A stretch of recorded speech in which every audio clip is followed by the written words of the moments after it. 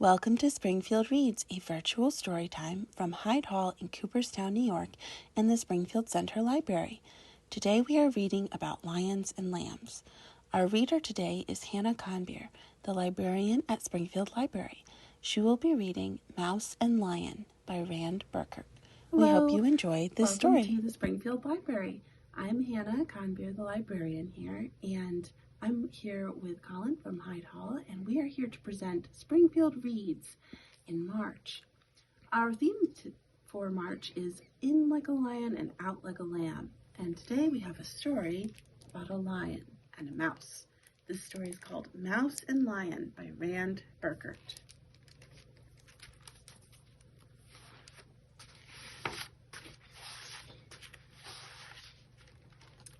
One day, Mouse, hurrying home, lost his way on a rocky ridge. He was in such a rush, he scampered right over a tawny boulder that lay in his path.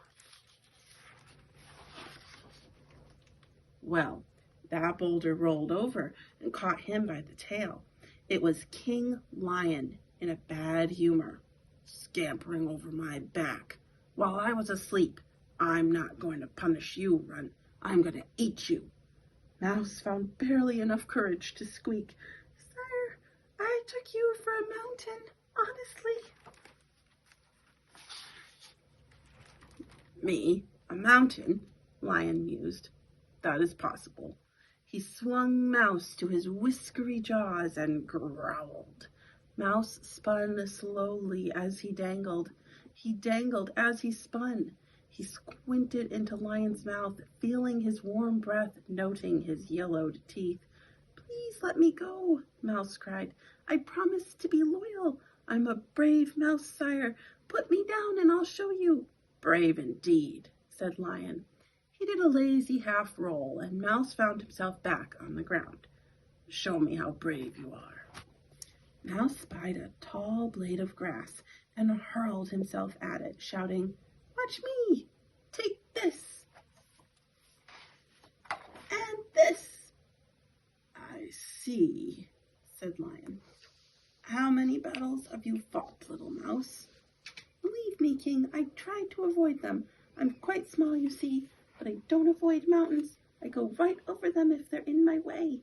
Please let me go," Mouse begged. "You might need me someday in a pinch." Lion laughed and laughed. "I need you? Good joke. But I like you, little mouse. Go and climb more mountains, and don't brag about your bravery." King Lion gave his paw to be kissed, but Mouse meekly backed away. "Bless you, sire, and goodbye." Mouse tripped over his tail and rolled down the ridge and out of sight. Lion thought about him for a moment, yawned, and soon fell back to sleep. A year passed, and Lion forgot all about his acquaintance. One afternoon, a warm breeze in the tall grass made him drowsy. "Ah, yes," he thought, "a wink under that old baobab tree. Just the thing." He padded into the leafy shade and stumbled straight into a trap set by hunters. A net dropped and twisted around him. The more he kicked and struggled, the more tightly it bound him. "It hurts," he cried, but nobody heard him. At sunrise, Mouse popped out of his nest and sniffed. He smelled Lion and came running. "No reason to be afraid of our king," he said. "No reason at all." He found Lion in a sorry tangle, panting beneath the baobab tree. "Oh, King," he said, "do you remember how you laughed at me? I can help you now." "Little one," moaned Lion. "What can you do?" "Don't worry. My little teeth are just what you need." "You tell me not to worry," Lion grunted. "Good joke, little mouse." Mouse set to it, nibbling the net and tickling Lion with his paws as he scampered to and fro. Finally, Mouse declared, "You are free, Lion. Sire, I mean."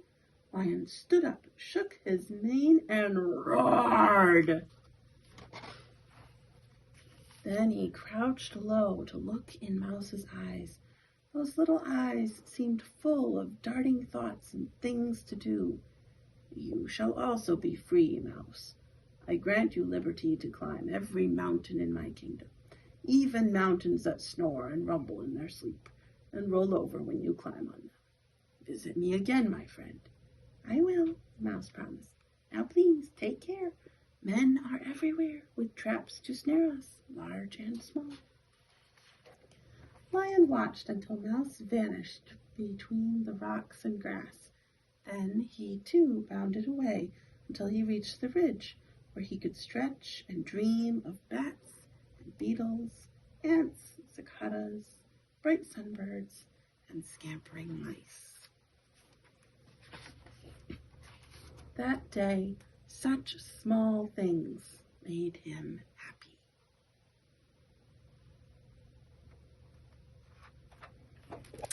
And that's the story. Thank you for reading with us today.